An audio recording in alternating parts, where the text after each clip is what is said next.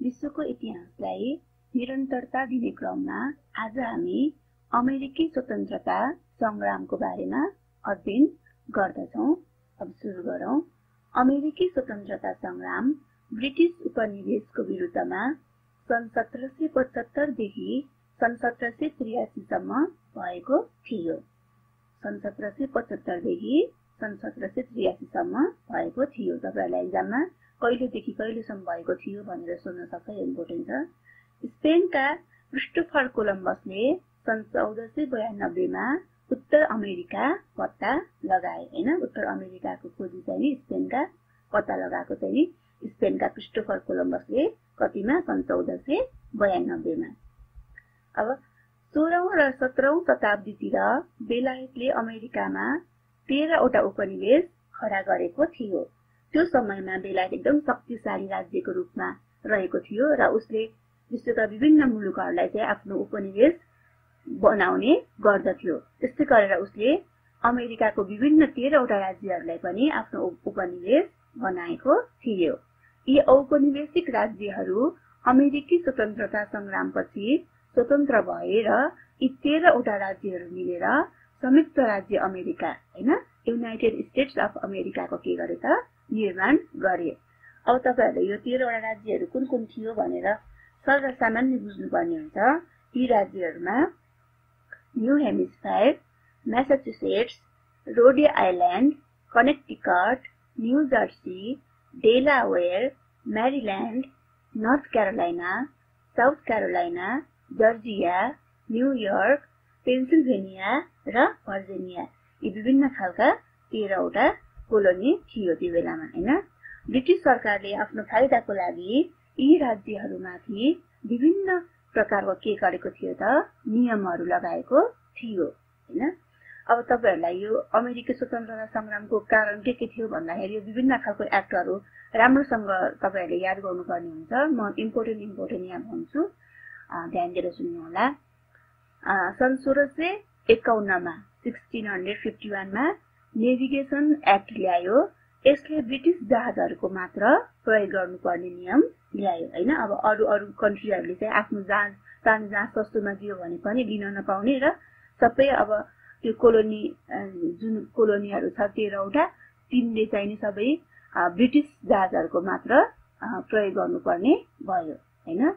यसले चाहिँ त्यस्तो खालको नेभिगेसन एक्टले चाहिँ त्यस्तो खालको नियम लिएर आयो। अब 1660 मा ल्याएको नियमले चाहिँ के गर्यो त भन्दाखेरि सुगर, टोब्याको, कटन आदि चाहिँ निकात इंग्ल्यान्डमा मात्र निर्यात गर्नुपर्ने भयो, अरु देशहरुमा निर्यात गर्न नपाउने हैन। त्यस्तै गरेर 1663 मा अर्को नियम आयो जसले औपनिवेशिक मुलुकतर्फ जाने सबै व्यापार इंग्ल्यान्ड भएर मात्र जानुपर्ने भयो।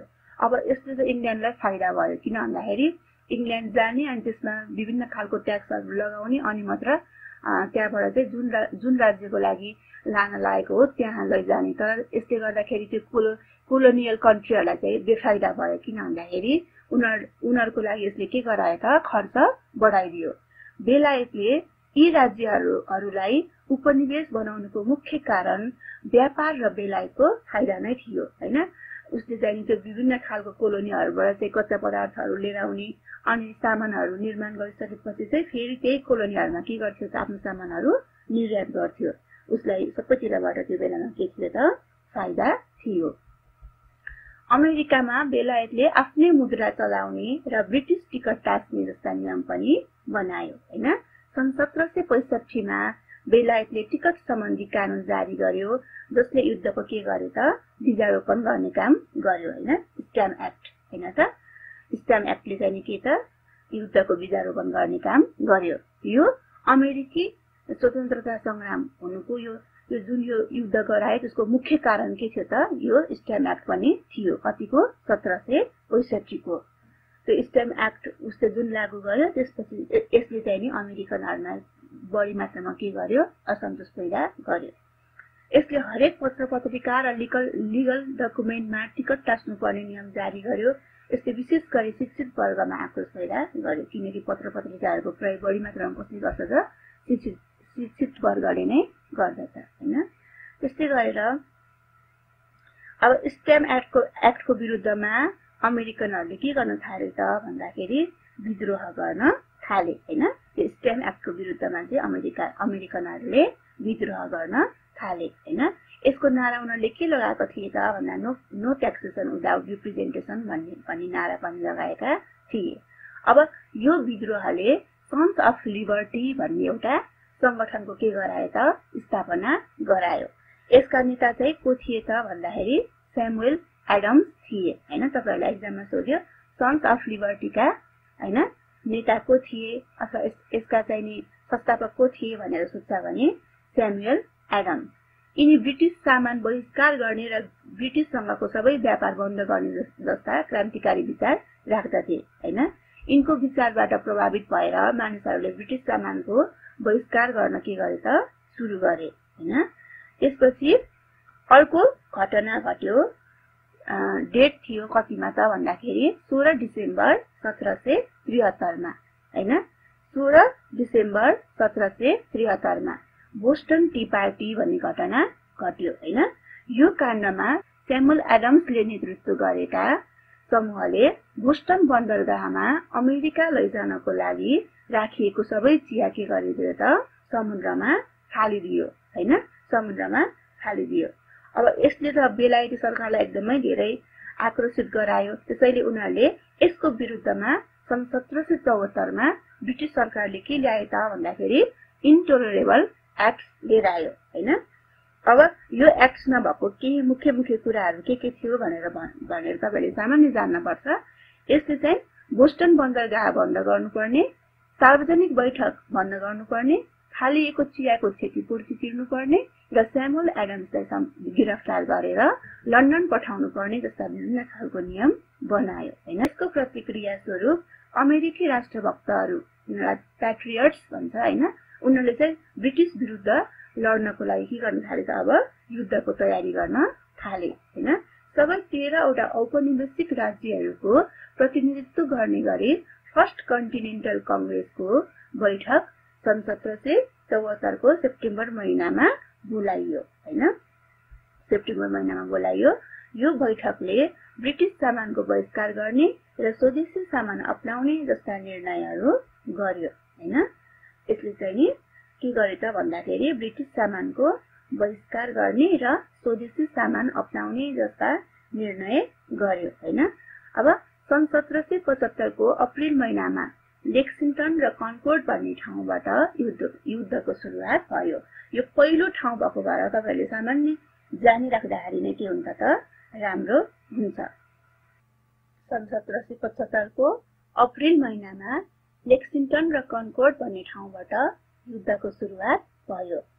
सन् 1775-76 तिर छापिएको थोमस पेनबाट लेखिएको कमन सेन्स कृतिले ब्रिटिश सरकारको औपनिवेशिक नीतिको निन्दा र स्वतन्त्रताको वकालत गर्यो। अब यसबाट प्रश्न तपाईलाई के सोध्न सक्छ भन्दाखेरि एउटा कमन सेन्सका लेखक को हुन् हैन। कमन सेन्सका लेखक को हुन् भने थोमस पेन र एकदम इम्पोर्टेन्ट छ, सोधिरहेको पनि छ हैन। उनले चाहिँ नि यो आफ्नो कृतिको माध्यमबाट, यो आफ्नो लेखको माध्यमबाट के गरे त भन्दाखेरि ब्रिटिश सरकारको औपनिवेशिक नीतिको के गरे त निन्दा गरे हैन।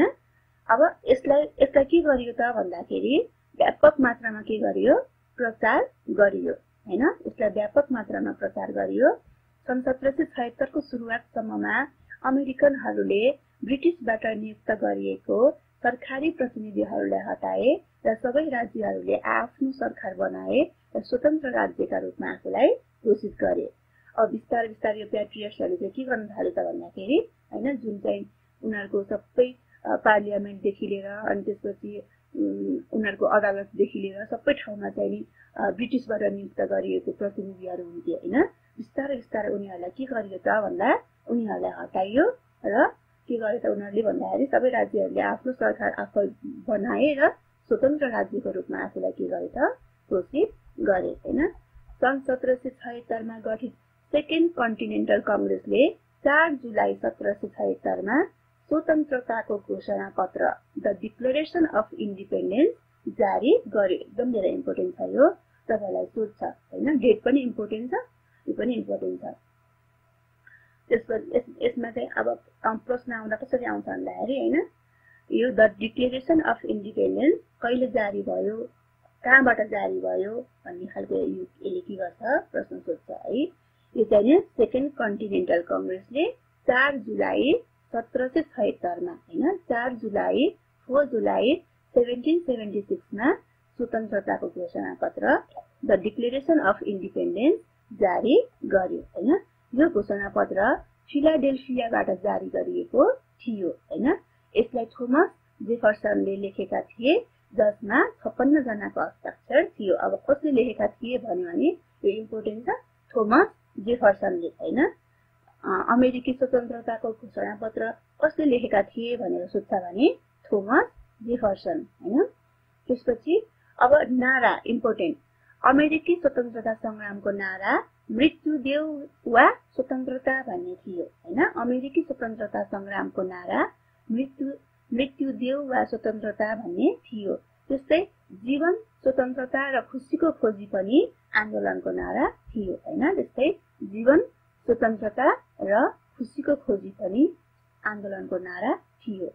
अब 1781 को अक्टोबर महिनामा जेनरल कर्नवालिसले योर्क टाउनमा आत्मसमर्पण गरेपछि युद्धको समाप्ति भयो हैन। कतिमा भन्दाखेरि 1781 को अक्टोबर महिनामा जेनरल कर्नवालिसले योर्क टाउनमा आत्मसमर्पण गरेपछि युद्धको समाप्ति भयो हैन। अब यो पनि इम्पोर्टेन्ट छ, ट्रिटी अफ भर्साइलेस सन् 1783 सेप्टेम्बर 3, डेट पनि इम्पोर्टेन्ट छ। 1783 सेप्टेम्बर 3 मा अमेरिका र बेलायत बीच पेरिसमा पर्ने हैन, अमेरिका र बेलायत बीच पेरिसमा पर्ने भर्साइलेस भन्ने ठाउँमा सन्धि भई अमेरिका स्वतन्त्र भयो हैन। अमेरिकी स्वतन्त्रता संग्रामको नेतृत्व सेनापति जर्ज वाशिङटनले गरेका थिए हैन। अमेरिकी स्वतन्त्रता संग्रामको नेतृत्व कसले गरेका थिए भनेर सोध्छ भने सेनापति जर्ज वाशिङटनले गरेका थिए हैन। फिलाडेल्फिया सम्मेलन 25 मे 1787 देखि 17 सेप्टेम्बर 1787 सम्म 16 हप्ता चलेको थियो। यो पनि इम्पोर्टेन्ट छ।